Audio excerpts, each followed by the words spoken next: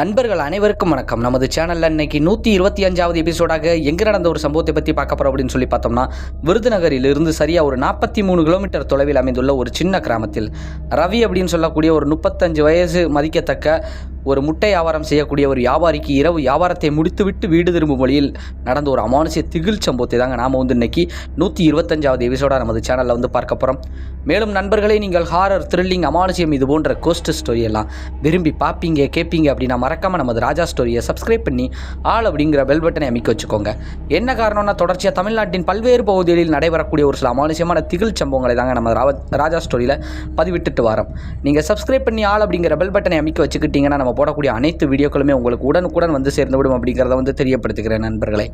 மேலும் இந்த வீடியோ உங்களுக்கு பிடிச்சிருந்துச்சுன்னா மறக்காம இந்த வீடியோக்கு ஒரு லைக்கை போட்டுட்டு உங்கள் நண்பர்களுக்கும் இந்த வீடியோவை ஷேர் பண்ணி நம் ராஜா ஸ்டோரி சேனல் வளர்ச்சிக்கு பேர் உதவியாக இருங்கள் என் நண்பர்களே. ஏன்னா நீங்கள் பண்ணக்கூடிய ஒவ்வொரு லைக்கும் சேர்ந்தாங்க யூடியூப்பே பல்வேறு நபர்களுக்கு நம் சேனலை ரெக்கமெண்ட் பண்ணி நம் சேனலை மென்மேலும் வளர்ச்சி பாதைக்கு எடுத்து சொல்லும் அப்படிங்கிறத தெரியப்படுத்திக்கிறேன். உங்கள் வாழ்விலும் இது போன்ற ஏதாவது ஒரு சில மறக்க முடியாத அமானுஷ்யமான திகில் சம்பவங்கள் நடந்திருந்தால் டிஸ்பிளேயில் காட்டப்படக்கூடிய இந்த ராஜா ஸ்டோரி அப்படிங்கக்கூடிய இந்த வாட்ஸ்அப் எண்ணிற்கு ஒரு வாய்ஸ் மெசேஜாக கூட அனுப்புங்க நண்பர்களே. கண்டிப்பாக நமது சேனலில் அது ஒளிபரப்பப்படும் அப்படிங்கிறத தெரியப்படுத்திக்கிறேன். மேலும் வாங்க நண்பர்களே, இன்னைக்குள்ள அந்த அமானுஷ்யமான திகில் சம்பவத்துக்குள்ளே நாம் போகலாம்.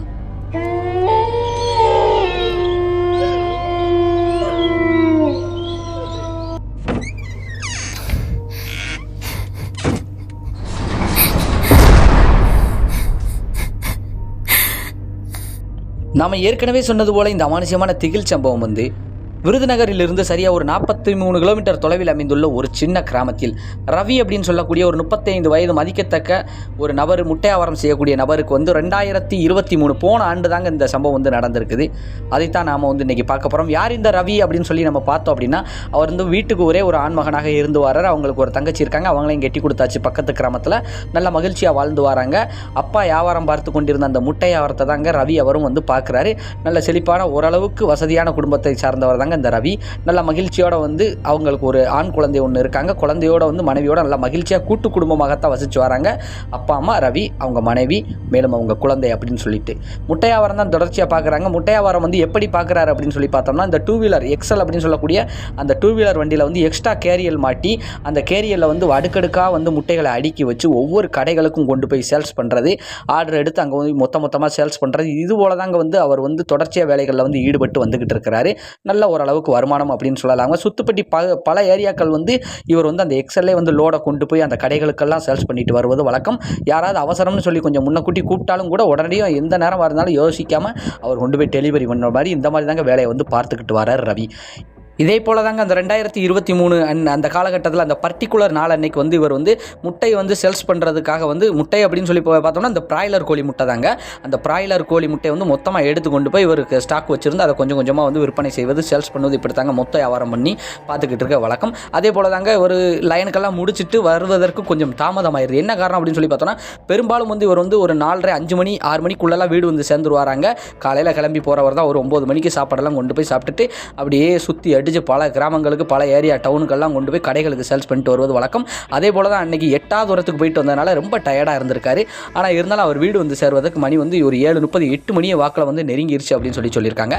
அந்த மாதிரி வீட்டில் ஃப்ரெஷ் ஆகிட்டு சரி சாப்பிட்டு தூங்கலாம் அப்படின்னு நினைக்கிற இடத்துல இவருக்கு பக்கத்து டவுனில் இருந்து, இவங்க கிராமத்தில் இருந்து சரியாக ஒரு 10 கிலோமீட்டர் தொலைவில் இருக்கக்கூடிய ஒரு டவுன் போன்ற ஒரு அமைப்பில் ஒரு 2 கடைகளில் முட்டை கொஞ்சம் அவசரமாக தேவைப்படுது தம்பி, காலையில் ஸ்டாக் எங்களுக்கு இல்லை, நைட்டே இப்போ நீங்கள் கொண்டு கொடுக்கலாம் முடியுமா அப்படின்னு சொல்லி அவர் ரவிட்ட கேட்கும்போது ரவி அவரால் எதுவுமே மறுத்து பேச முடியல. காரணம் என்னென்னா, கொஞ்சம் கொஞ்சமாக இப்போ தான் நம்ம வளர்ச்சி அடைஞ்சிக்கிட்டு வரோம்.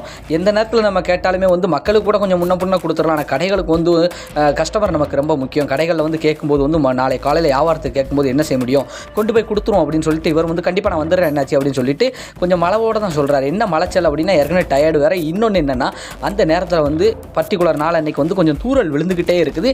அந்த மலையில் நனைஞ்சு போவது கொஞ்சம் மலைச்சிக்கிட்டே தான் இருந்தாலும் பரவாயில்ல, கொடையை பிடிச்சிக்கிட்டே போக முடியாது, முட்டலோடெல்லாம் இருக்குது இல்லையா அப்படின்னு சொல்லிட்டு ஒரு மலை கோட், ரெயின் கோட் மாதிரி வீட்டில் இருக்குது, அதை எடுத்து மாட்டிக்கிட்டு சரி கிளம்பலாம் அப்படின்னு சொல்லிட்டு கிளம்புறாரு. கிளம்புறதுக்கு முன்னாடி சும்மா இந்த 2 கடைகளுக்கு மட்டும் நம்ம கொண்டு போவோம் அப்படின்னு சொல்லிட்டு அந்த லைனில் உள்ள ஒரு சில கடைகளுக்கு கால் பண்ணி, இந்த மாதிரி நான் வரேன், ஒரு 2 கடை கொண்டு வரேன், நீங்கள் சொன்னீங்கன்னா உங்களுக்கும் சேர்த்து ஸ்டாக் கொண்டு வந்துடுவேன், எனக்கு ஒரே வேலையாக முடிஞ்சிடும், இல்லைன்னா நான் கொஞ்சம் இடையில கூடி நான் அலைய வேண்டியது இருக்குமே அப்படிங்கும்போது அந்த கடைக்காரங்களும் சரி எங்களுக்கு இவ்வளோ கொண்டு வாப்பா அப்படின்னு சொல்லி ஒரு பர்டிகுலர் முட்டைகளை சொல்கிறாங்க. அந்த எக்ஸலில் கிட்டத்தட்ட ஒரு 400 500 முட்டை வரைக்கும் அடிக்கி வச்சு கொண்டு போக முடியும் அப்படின்னு சொல்லியிருக்காங்க. ஏன்னா அதுக்காக தான் எக்ஸ்ட்ரா கேரியர்லாம் மாட்டி வச்சுருக்காங்க. அந்த அடுக்கில் வந்து அப்படி கொண்டு போகலாம் அப்படின்னு சொல்லிட்டு அந்த அடுக்கு ஃபுல்லாக ஒரு 500 முட்டை வரைக்கும் எடுத்துகிட்டு போகிறாங்க. அப்படி கொண்டு போய் ஒவ்வொரு கடைகளுக்கும் கொண்டு போய் கொடுத்துட்டு கடைசியாக ஒரு கடையில் கொஞ்சம் நேரம் நின்று பேசிக்கிட்டு அவங்க தொழிலை பற்றி பேசுகிறாங்க. மணியும் வந்து இந்தான்னு சொல்லி மணி வந்து ஒரு 10:30 நெருங்கி வந்துருச்சு. ஏன்னா வந்து 1 மணி நேரம் 1.5 மணி நேரம் இப்படியே சுற்றி அடிச்சிருக்காரு. எல்லா கடைகளுக்கும் கொடுத்துட்டு அப்படியே கடைசியில் நின்று பேசிட்டார். என்ன காரணம்னா மழையும் கொஞ்சம் பெஞ்சுக்கிட்டே இருக்குது, அதனால தான் மழைச்சு நின்று பேசிக்கிட்டு இருக்கார். கையில் ஸ்டாக்கும் வந்து கைவசம் ஒரு 50-60 முட்டை வரைக்கும் கொஞ்சம் மிச்சமும் இருக்குதுங்க. ஆனால் இருக்கட்டும் பார்த்துக்கலாம் அப்படின்னு சொல்லிட்டு நம்ம நாளைக்கு இதை விற்பனை செஞ்சுக்கலாம் அப்படின்ட்டு அப்படியே நின்னவர் வந்து சரி இதுக்கு மேலே நின்னா ரொம்ப தாமதமாயிரும் அப்படின்ட்டு உடனே நான் கிளம்புறேன் என்னாச்சு அப்படின்னு சொல்லிட்டு அந்த கடையில் வந்து சொல்லிட்டு கிளம்புறாருங்க. கிளம்பும்போது வந்து ஒரு 2 கிலோமீட்டர் தூரம் நனைஞ்சிக்கிட்டே தாங்க போகிறாரு. அப்படியே பரவாயில்ல பெஞ்சுக்கிட்டே இருக்குது மழை. அப்போ இவருக்கு ஒரு யோசனை, இந்த மெயின் பாதையில் போனோம்னா இன்னொரு 8 கிலோமீட்டர் ஆயிரும். இதே இது இந்த ஷார்ட்கட்டில் ஏன்னா 2 கிலோமீட்டர் அந்த கடையை தாண்டி வந்தாச்சு, மெயின் பாதையில் மறுபடியும் அப்படியே போய்கிட்டே இருந்தால் 8 கிலோமீட்டரில் வந்து அவங்க கிராமத்துக்கு போயிடலாம், மெயின் பாதை தான். ஆனால் இங்கே இந்த பாதை வந்து இந்த கிளைச்சாலை இந்த கிராமத்து சாலையில் வழியாக நம்ம போனோம் அப்படின்னு சொல்லி பார்த்தோம் அப்படின்னா ஒரு 6 கிலோமீட்டர்லேயே போயிடலாம். 2 கிலோமீட்டர் வீதம் நமக்கு வந்து குறையுது. ஆனால் என்ன இந்த கிராமத்து சாலையில் போகிறது வந்து சாலை நல்லா இருந்தாலுமே கூட வந்து சிங்கிள் சாலையாக இருக்கும், தெருவிளக்கு வசதியே கிடையாது. குக்கிராமங்கள் அங்கிட்ட வந்து ஒரு 10 வீடுகள் அமைப்பு ஒரு கிராமம், ஒரு 20 வீடுகள் அமைப்பு ஒரு கிராமம், அப்படித்தாங்க இருந்து வருது. ஒரு 4-5 கிராமம் மட்டும்தான் இருந்து வருது.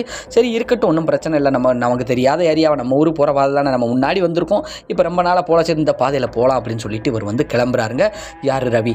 அப்படி கிளம்பி போய்கிட்டே இருக்கும்போது வந்து சரியாக ஒரு 2 கிலோமீட்டர் வரைக்கும் தாண்டிட்டாருங்க. அந்த 2 கிலோமீட்டர் வரைக்கும் ஒரே காட்டுப்பாதை தான், சுற்றி வந்து மரம் செடி கொடிகள் கொஞ்சம் அடர்த்தியாக தாங்க இருக்கும், பனை மரம் தென்னை மரம் அப்படி இப்படின்னு சொல்லி கொஞ்சம் அடர்த்தியாக தான் இருக்கும். அதெல்லாம் கழிச்சு அப்படியே 2 கிலோமீட்டர் கழிச்சு போகும்போது வந்து மழை கொஞ்சம் பெருக்க ஆரம்பிச்சிருச்சு, கொஞ்சம் அதிகமாக பெய்ய ஆரம்பிச்சிருச்சு.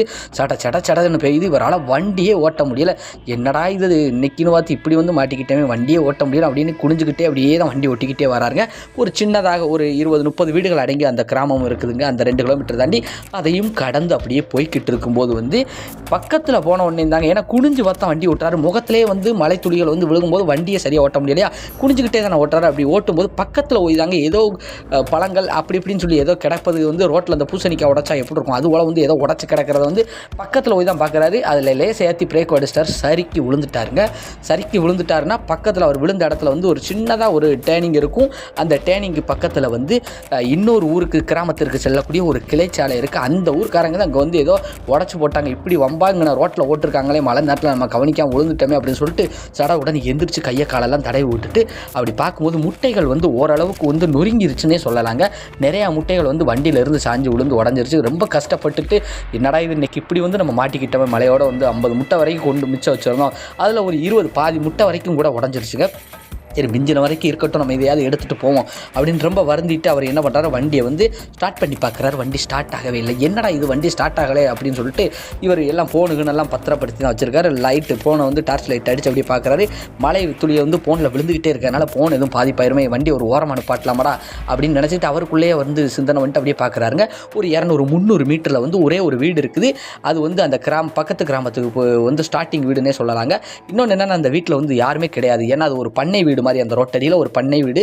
அந்த பண்ணை வீட்டுக்கு பின்னாடி வந்து வயல்காடு, அந்த வயல்காடு பிஞ்ச ஓனர் தாங்க அந்த வீடு வந்து வச்சுருக்காங்க. அங்கே ஒரு லைட் ஒன்று எரிஞ்சுக்கிட்டு இருக்க தெரியுது. சரி இந்த லைட் வெளிச்சத்தில் போய் முதல் இந்த வண்டியை போய் என்னன்னு பார்ப்போம் அப்படின்னு சொல்லிட்டு வண்டி அப்படியே உருட்டிக்கிட்டே வராரு. வண்டி ரொம்ப கனமாக இருக்குது, வெயிட்டாக இருக்குது, அவரால் சரியாகவே உருட்டவே முடியல. ஒரு வழியாக உருட்டி கொண்டு போய் அந்த பண்ணை வீட்டுக்கிட்ட விட்டுட்டு அந்த அரை வெளிச்சத்தில் வந்து காலை பார்க்குறாரு. கால் ரொம்ப காயம். என்ன காரணம்னா முட்டில் வந்து கை முட்டு கால் முட்டில் வந்து கொஞ்சம் சிராய்ப்பு மாதிரி ரத்தங்கள் லைட்டாக வர ஆரம்பிச்சிருக்கு. இதை பார்க்கும்போது இது இப்படி வந்து விழுந்துட்டு முட்டையும் பாலாய் வண்டியும் ஸ்டார்ட் ஆக மாட்டேங்க, நமக்கு கையில் காலில் அடிபட்டுருச்சு அப்படின்ட்டு இவர் ஏன்னா இவர் மேலே ஒரு சின்ன ஃபால்ட் என்னென்னா இவர் வந்து குனிஞ்சு பார்த்துக்கிட்டே வந்துட்டார். நிமிந்து பார்த்தா வண்டி ஓட்ட முடியாது. ஏன்னா அந்தளவுக்கு முகத்தில் வந்து மழை துளி விழுந்துக்கிட்டே இருக்குது. ரோட்டடியில் ஏதோ உடச்சி போட்ட ஒரு காரணத்தினால தான் இப்படின்னு சொல்லிட்டு அவரே வந்து வேதனைப்பட்டுட்டு மறுபடி வண்டியை ஸ்டார்ட் பண்ணுறாருங்க. ஸ்டார்ட் பண்ணும்போது அந்த மலையில் ஒரே ஒரு விஷயத்தை கவனிக்காரு. வண்டி ஸ்டார்ட் ஆகவே இல்லைங்க. முதல் ஸ்டார்ட் ஆச்சுன்னா அப்படியே கப்பன்ட்டு அப்படியே ஆஃப் ஆயிடுது. என்னடா இப்படியே செய்தன்ட்டு அப்படியே வந்து மலையில் வந்து நனையவா அப்படின்னு சொல்லிட்டு ஒரு ஓரம் அப்படியே கால் வலிக்கு இல்லையா காலை தடவி கொடுத்துட்டு அந்த பண்ணை வீட்டு வாசலில் வந்து அப்படியே உட்காராரு. அந்த அரை வெளிச்சத்தில் உட்காரும்போது வந்து ஒரு சத்தம் ஒன்று, ஏதோ ஒரு நாயோ ஏதோ ஒரு பன்றியோ ஏதோ ஒன்று வந்து அவசரமாக ஏதாவது சாப்பிட்டா எப்படி ஒரு சத்தம் கேட்கும், சடன்னு ஒரு மாதிரி ஒரு சத்தம் டப டபான்னு போட்டு முழுங்கிக்கிட்டு இருந்தால் எப்படி இருக்கும், அது போல் ஒரு சத்தம் ஒன்று கேட்குது. எங்கடா கேட்குது அப்படியே சுற்றி முற்றி பார்க்கும்போது அவர் விழுந்தார் பார்த்தீங்களா, ஒரு முச்சந்தி சந்திப்பு மாதிரி இன்னொரு கிராமத்துக்கு போகக்கூடிய கிளைச்சாலை, அந்த இடத்துக்கிட்ட நின்று ஏதோ இவர் வண்டியிலேருந்து விழுந்த அந்த முட்டைகளை வந்து சாப்பிட்டுக்கிட்டு கொஞ்சம் வெளிச்சம் தெரியுது, அந்த அரை வெளிச்சத்தில் வந்து அப்படியே பார்க்குறாருங்க. அப்படி பார்க்கும்போது சரி நம்மளுக்கு தான் அது பிரயோசனமில்ல, ஏதாவது நாய் நிறையா தின்னுட்டு போட்டும் போ அப்படின்ட்டு இவர் வந்து அப்படியே கவனிச்சுக்கிட்டே இருக்கும்போது தான் தெரியுது ஒரு கட்டத்துக்கு மேலே அது நாய் மாதிரியும் தெரியலை. ஆனால் இன்னொன்று என்னென்னா இங்கேருந்து அவர் அது என்னதுன்னு பார்க்கும்போது வந்து ஒரு மனித உருவம் மாதிரியும் தெரிய வருது, ஒரு நாயின் உருவம் மாதிரியும் தெரிய வருது, ஒரு வித்தியாசமாக தெரிய வருது. உன்னிப்பாக அதை அப்படியே கவனிக்கும்போது வந்து ஃப்ளிப்பாய் அப்படியே அந்த உருவம் இருக்குது. அதாவது வந்து உருவம் வந்து அப்படியே மறைஞ்சு அதை சாப்பிட்டுக்கிட்டு இருப்பது போல் தெரிய வருதுங்க. இவர் கண்ணு வந்து தொடச்சுட்டு அப்படியே பார்க்குறாரு, என்னடா நம்ம கண்ணுக்கு தான் தெரியுதா, ஏதோ ஒரு உருவம் வந்து போத மாதிரியே இருக்குது அப்படிங்கும்போது அது அப்படியே படபடன்னு சாப்பிட்ற சத்தம் மட்டும் கேட்குது. அப்படியே உன்னிப்பாக கவனிச்சுக்கிட்டு இருக்காரு. ஒரு கட்டத்துக்கு மேலே அந்த உருவம் வந்து அப்படியே டக்குன்னு எந்திரிச்சிருக்குங்க. ஒரு ஆள் உயரத்துக்கு எந்திரிச்ச உடனே ஆகா இது மனுஷன் தானே, இந்த தெருவில் ஏதாவது பாவம் அனாதையாக இருக்குமோ, ஆனால் இந்த மழை நேரத்துக்கு இப்படியா ரோட்டில் படுத்துக்கிட்டு உட்காந்துட்டு நக்கிக்கிட்டே சாப்பிட்ட மாதிரிலாம் இருக்குது அப்படின்னு சொல்லிட்டு, ஏன்னா அது வந்து கைட்டு அள்ளி சாப்பிட்டா எப்படி இருக்கும், இது வந்து நாக்கிட்டு அப்படியே நக்கி சாப்பிட்ட மாதிரி இருந்திருக்கு. இதெல்லாம் போட்டு அப்படியே குழப்பிக்கிட்டு என்னடா இது அப்படின்னு சொல்லிட்டு அவர் செல்லில் உள்ள லைட்டை எடுத்து அப்படியே டார்ச் அடித்து அப்படியே பார்க்குறாருங்க. அந்த 200-300 மீட்டரில் இருந்து ஏன்னா நேர் ரோடு தான் வருது தெரியுது. கையை அப்படி நீட்டின மானைக்கு ஒரு உருவம் ஒன்று வருது. இவருக்கு வந்து பேரதிர்ச்சி. இது கட்டாய மனிதரும் கிடையாது, விலங்கும் கிடையாது, இது வந்து மிருகம் கிடையாது, இது வந்து ஒரு ஆன்மா தான் அப்படிங்கிறத வந்து தெளிவாக புரிஞ்சுக்கிட்டாரு. கையை நீட்டிக்கிட்டே வர நோக்கி அப்படி நடந்து வரதை பார்க்கும்போது வேகமாக ஓடியாந்து வந்து வண்டியை வந்து 4 மிதிச்சு பார்க்குறாரு. வண்டி ஸ்டார்ட் ஆகவே இல்லை. ஆகா நமக்கு வண்டியை விட உயிர் பயம் தான் முக்கியம், அதாவது வண்டியை விட உயிர் தான் முக்கியம். வண்டி கூட பிரச்சனை கிடையாது, நம்ம எப்போ கூட வாங்கிக்கலாம் போய்க்கலாம், நம்ம வண்டி இங்கேயே நிற்கட்டும். நம்ம இங்கேருந்து ஓடி போனோம்னா இன்னொரு 400 மீட்டர், அதாவது ஒரு 1/2 கிலோமீட்டருக்குள்ளே வந்து அந்த சின்ன கிராமம், ஒரு 10-20 வீடுகளை அடங்கி அந்த ஒரு சின்ன கிராமம் இருக்குதுங்க. அந்த கிராமத்துக்கு ஓடி போயிட்டோம்னா எப்படியா உதவிக்கு ஆளை கூட்டு வந்துடலாம். அதுக்கப்புறம் நம்ம வண்டியை கிண்டியில் எடுத்துகிட்டு ஒரு 2-3 கிலோமீட்டர் நம்ம வீட்டுக்கு போயிடலாம் சேஃபாக அப்படின்னு சொல்லிட்டு இங்கேருந்து அடித்து பிடிச்சி ஓடுனா போதும்டா சாமி அப்படின்ட்டு கால் 2 பெடதியில் அடிக்க வந்து அந்த ரவி வந்து ஓடி போய் அந்த கிராமத்தில் வந்து வீடுகள் 2-3 வீடுகள் இருந்திருக்கு இல்லையா, சத்தம் போட்டு 2 வீட்டு 3 கதவையும் தட்டி உடனடியாக வந்து அவங்களும் வந்து யார் அப்படின்னு சொல்லிட்டு வந்து இந்நேரத்துக்கு அப்படிங்கும்போது, ஏன்னா கிராம பகுதியில் வந்து பெரும்பாலும் வந்து 7-8 மணிக்கு அடைச்சிட்டு படுத்துகிறோம். அதே நேரத்தில் வந்து அந்த கிளைச்சாலை அந்த பகுதியில் வந்து பெரும்பாலும் வந்து குக்கிராமமாக இருக்குல்ல, அதனால் வந்து கொஞ்சம் பயத்தில் வந்து எப்போவுமே அந்த மக்கள் வந்து 8-9 மணிக்கெல்லாம் தூங்கிடுவாங்க. இவர் போன நேரமாக ஒரு 10-10:45 வரைக்கும் இப்போ ஆகிப்போச்சு இல்லையா. அதற்கப்புறம் வந்து கதவை தட்டின உடனே அவரும் வந்து அக்கம் பக்கத்து வீடுகளும் வந்து எந்திரிச்சு வந்து என்னாச்சு, என்ன நீங்கள் முட்டையா வரியா, என்னாச்சு இங்கே நிற்க அப்படிங்கும்போது நடந்த எல்லா விஷயத்தையும் சொல்லும்போது, இந்நேரத்துக்கு ஏன் என்னாச்சு அங்கே போய் வீடியாக்க வரீங்க, நம்ம மெயின் பாதையிலே போயிருக்கலாம்ல, இந்த பாதையில் இந்நேரத்துக்கு யாரும் பெரும்பாலும் வரமாட்டாங்களே, என்னன்னாச்சு நீங்கள் வாங்க மழை நேரத்தோடு அப்படின்னு சொல்லிட்டு அதற்கப்புறம் வந்து எல்லோரும் போய் பார்க்கும்போது வண்டி அதே இடத்துல தான் சாஞ்சு கிடக்குதுங்க. உடனடியாக வண்டியை நிமித்தி அங்கே எல்லா முட்டையுமே அங்கே வந்து எல்லாம் சிந்தி போய் இருந்துச்சு இல்லையா. மிச்ச முட்டைகள் ஒரு 30-20-30 முட்டைகள் இருந்துச்சு, அந்த எல்லா முட்டையுமே வந்து பாலாகி போய் தான் கிடக்குது. அதற்கப்புறம் வண்டியை எடுத்துகிட்டு ஸ்டார்ட் பண்ணி அந்த ஒரு கூட வந்து ஒரு நபரின் உதவியோடு வந்து ஸ்டார்ட் பண்ணி அதுக்கப்புறம் வந்து வண்டியை கொடுத்துருக்கேன். பயப்படாமல் போயிட்டு வாங்க தம்பி அப்படிங்கும்போது வந்து என்ன காலில் அடி அப்படிங்கும்போது அந்த இடத்துல விழுந்துட்டேன் அப்படிங்கும்போது வந்து எந்த இடத்துலப்பா அப்படிங்கும்போது அந்த இடத்துலன்னு சொல்லி கையை காமிக்கும்போது அந்த பெரியவர் மாதிரி உள்ள ஒருத்தர் வந்து தம்பி வீட்டுக்கு போனதும் குளிச்சுட்டு உங்கள் குலதெய்வத்தை வந்து நல்லா வேண்டிக்கோங்க அப்படிங்கும்போது வந்து என்னென்னாச்சு அப்படிங்கும்போது ஒன்றும் இல்லைப்பா பயப்படாமல் போயிட்டு வா, ஒன்றும் பிரச்சனை இல்லை. அந்த இடத்துல வந்து இப்போ 2 நாளைக்கு முன்னாடி வந்து ஏதோ கழிச்சு போட்ட மாதிரி இருக்குது, நீ வேற விழுந்திருக்கே அப்படிங்கிற முட்டை வேற வச்சிருக்கிற, முட்டை வேற சிந்தி இருக்குது, சரி பயப்படாமல் போயிட்டு வா தம்பி அப்படின்னு சொல்லிட்டு அந்த பெரிய ஒரு ஓலை உள்ளவர் வந்து வழி அனுப்பி விட்டுருக்காங்க. இவர் வந்து பயத்திலே வந்து ஒரு வழியாக அடித்து பிடிச்சி வீடு வந்து சேர்ந்துட்டாருங்க. வீட்டுக்கு வந்த உடனே அந்த பெரியவர் சொன்னதான் ஞாபகம் வந்திருக்கு. வண்டியை வீட்டுக்கு வெளியில் விட்டுட்டு வெறும் வெளியில் இருக்கக்கூடிய ஒரு நல்லியில் வந்து டக்குன்னு தண்ணியை பிடிச்சி அப்படியே 4 பூனி வந்து மேலே ஊற்றிட்டு அப்படியே உள்ளே போகிறாங்க. உள்ளே போகும்போது கூட தனக்கு என்ன நடந்தது அப்படிங்கிறத வந்து வீட்டில் வந்து யார்கிட்டையுமே சொல்லவே இல்லை. சொன்னால் பயந்துருவாங்க, கையில் காலில் கீழே விழுந்து அடிபட்டுருச்சு அப்படின்னு சொன்னால் அப்படின்ட்டு அவங்க பயந்துக்கிட்டு என்ன பண்ணுறாரு, போனதுமே வந்து அவங்க மனைவி வந்து அவங்க சாப்பிட்டுட்டு அவங்க வந்து ரெஸ்ட் எடுத்துக்கிட்டு இருக்காங்க. அவங்க வீட்டில் எல்லாருமே வந்து ரெஸ்ட் எடுத்துக்கிட்டு இருக்கும்போது வந்து என்னப்பா எவ்வளோ நேரம் அப்படிங்கும்போது நம்ம லோடை கொண்டு போய் கொடுத்து வரல, சரி சாப்பிடுப்பா அப்படிங்கும்போது சரி சாப்பிட்ற அப்படின்னு சொல்லிட்டு விறுவிறுன்னு சாப்பிட்டுட்டு அவரும் படுக்க அறைக்கு போயிருந்தாரு. அவருடைய அறைக்கு வந்து போயிடுறாரு. மனைவி குழந்தை இவங்க 3 பேரும் வந்து அப்படி படுத்திருக்காங்க. மணியும் வந்து அந்தான்னு சொல்லி ஒரு நள்ளிரவு நேரம் ஆகி போச்சுங்க. நள்ளிரவு சரியாக ஒரு 1 மணி 1:30 வாக்கில் வந்து இவங்களுக்கு ஒரு சத்தம் ஒன்று கேட்குது. இது யாருக்கு கேட்குது அப்படின்னு சொல்லி பார்த்தோம்னா ரவியின் தாய்க்கு தாங்க, அவங்க அம்மாவுக்கு தான் வந்து சத்தம் கேட்குது. வீட்டுக்கு வெளியில் நின்று யாரோ ஒரு பெண்மணி வந்து கோரமாக அழுகுது போல் வந்து தெளிவாக கேட்குது. இதை வந்து காது கொடுத்து கேட்கும்போது வந்து இவங்க அம்மாவுக்கு வந்து என்னடா இது ஏதோ சத்தம் கேட்குது அப்படின்ட்டு, இது எங்கே கேட்குது அப்படின்னு சொல்லிட்டு, ஏன்னா அவங்களுக்கு வந்து கொஞ்சம் வயசு கொஞ்சம் அதிகம், அந்த ஒரு காரணத்தினால வந்து எங்கே கேட்குது, உள்ளே கேட்குதா வெளியில் கேட்குதா தெரியலை. ஆனால் அவங்க வந்து ஒரு யோசனையிலே அப்படியே வந்து மகன் ரூம்பு கிட்ட வந்து அப்படியே காது கொடுத்து கேட்குறாங்க. உள்ளே வந்து இந்த சண்டை காடு ஓடுதாங்களா, உள்ளே எதுவும் அழுதுகிட்டு இருக்குதா அப்படின்னு சொல்லிட்டு அப்படியே காது கொடுக்குறாங்க. ஆனால் அங்கே இல்லை. உடனே அவங்க அம்மாவுக்கு வந்து சரி இங்கே இல்லை, அப்போ வெளியே தான் இருக்கும் அப்படின்ட்டு வெளியில் போய் பார்க்கலாம்ட்டு அப்படி வெளியில் போய் பார்க்கும்போது வந்து போது வெளியிலேயும் எதுவுமே கிடையாது, எந்த ஒரு சத்தமும் இல்லை, யாருமே இல்லை. அதுக்கப்புறம் வந்து சத்தம் எல்லாமே குறைஞ்சி போயிடுச்சு. இவங்களும் வந்து சுற்றி முற்றி பார்க்குறாங்க. அவங்க அம்மாவும் என்னடா வெளியிலேயும் யாருமே இல்லை, சரி இருக்கட்டும் பக்கத்து வீட்டில் ஏதாவது சண்டை காடுகளாக இருக்கும் அப்படின்ட்டு அவங்களும் வந்து அப்படியே படுக்கலாம் அப்படின்னு சொல்லிட்டு வீட்டுக்குள்ளே வந்து மறுபடியும் படுத்துடுறாங்க. மறுபடி கொஞ்ச நேரம் கழித்து வந்து வீட்டுக்கு வெளியில் மறுபடி ஒரு அழுகுரல் சத்தம் வந்து கேட்குது. அப்புறம் வந்து கதவு தட்டுற மாதிரியும் வந்து கூடுதலாக கொஞ்சம் சத்தம் கேட்கும்போது வந்து இவங்க அம்மா வந்து டக்குன்னு மறுபடியும் முழிக்கிறாங்க. ரவி நம்ம என்னடா இது அப்படிங்கும்போது அப்படி எந்திரிக்கலாமான்ட்டு எந்திரிக்கும் போது மருமகள் வந்து அப்படி விறுவிறுன்னு எந்திரிச்சு வராங்க. என்னதா எங்கே வர இல்லை வெளியில் ஏதோ சத்தம் கேட்குது, ரொம்ப நேரமாக நானும் கேட்டுக்கிட்டே இருக்கேன், அதான் பார்த்தேன் உனக்கும் கேட்குதா தாயி, சரி என்னன்னு பாரு யார் நிற்கான்னு பாரு அப்படிங்கும்போது வந்து கதவை அப்படி திறந்துருக்காங்க. மருமகள் தான் யார், ரவியின் மனைவி தான். அவங்க தான் போய் கதவை திறந்தோடனே பேர் எதிர்த்து வீட்டுக்கு வெளியில் வந்து ஒரு கோர ஒரு உருவம், ஒரு பெண்மணி வந்து முகமெல்லாம் வந்து செதஞ்சு போன மாதிரி ஒரு வித்தியாசமான ஒரு உருவம் நிற்கிறத பார்த்தோம். ஐயோ அம்மானு கத்திக்கிட்டு வந்து படப்படான்னு வீட்டுக்குள்ளே ஓடியாந்துட்டாங்க. வீட்டுக்குள்ளே வந்தோடனே அவங்க அத்தையை வந்து என்னதா அப்படிங்கும்போது வெளியில் அப்படிங்கும்போது வந்து கையை காட்டும்போது சத்தத்தை கேட்ட எல்லாருமே வந்து யார் ரவி முதற்கொண்டு அவங்க குழந்தைய முதற்கொண்டு எல்லாருமே எந்திரிச்சிருச்சுங்க. எல்லாருமே எந்திரிச்ச உடனே ரவி வந்து என்னாச்சு அப்படிங்கும்போது வந்து தன் கண்ட காட்சி வந்து அப்படியே வந்து ரவியின் மனைவி வந்து சொல்லும்போது வந்து ரவியின் அம்மாவுக்கும் வந்து இது வந்து சிங்க் ஆகிக்கிடுச்சு.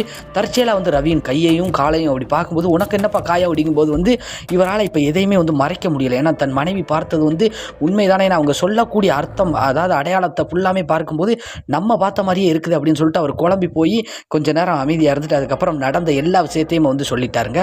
யார்கிட்ட அவங்க பேரண்ட்ஸ்கிட்ட எல்லார்ட்டுமே சொல்லும்போது வந்து அவங்களும் ஏற்றுக்கிட்டாங்க.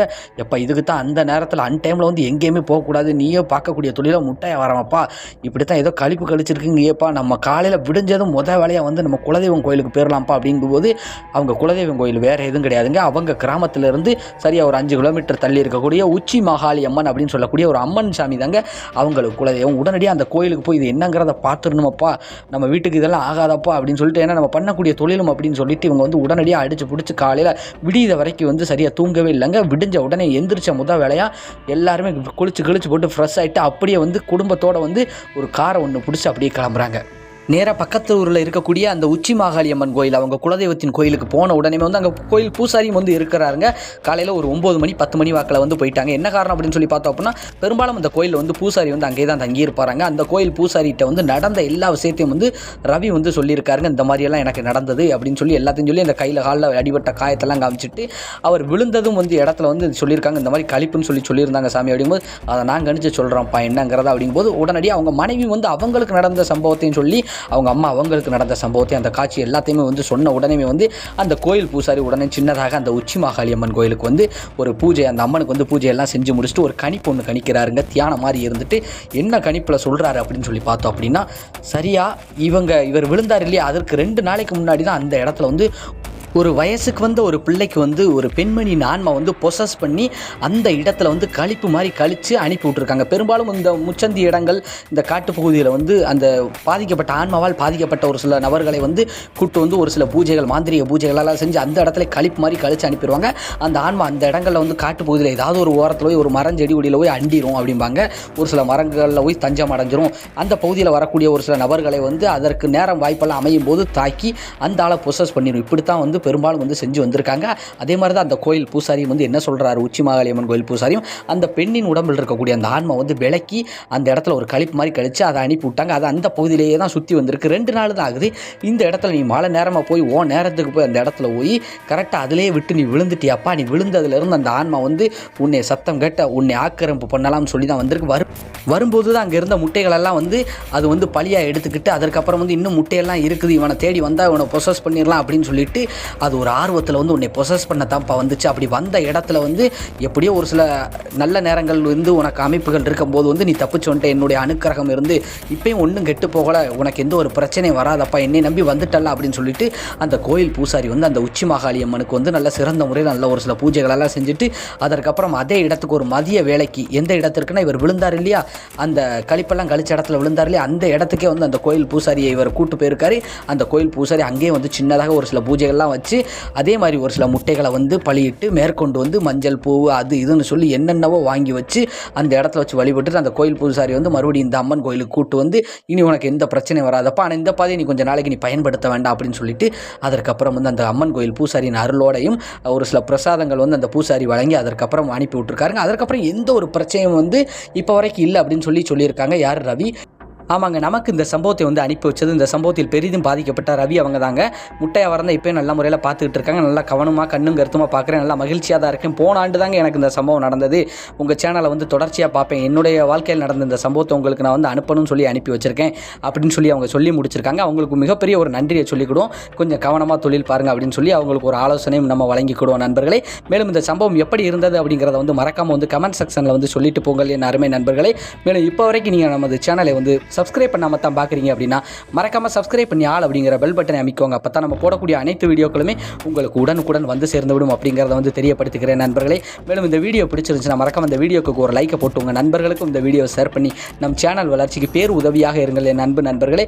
மேலும் உங்கள் வாழ்விலும் இதுபோன்று ஏதாவது மறக்க முடியாத ஒரு சில அமானுஷ்யமான திகில் சம்பவங்கள் நடந்திருந்தால் டிஸ்பிளேயில் காட்டப்படக்கூடிய இந்த ராஜா ஸ்டோரி அப்படிங்கக்கூடிய இந்த வாட்ஸ்அப் எண்ணிற்கு ஒரு வாய்ஸ் மெசேஜாக கூட அனுப்புங்க நண்பர்களே. கண்டிப்பாக நமது சேனலில் வந்து அது ஒளிபரப்பப்படும் அப்படிங்கிறத வந்து தெரியப்படுத்திக்கிறேன் நண்பர்களே. மேலும் நன்றி, வணக்கம். நாம் அடுத்த வீடியோவில் சந்திப்போம்.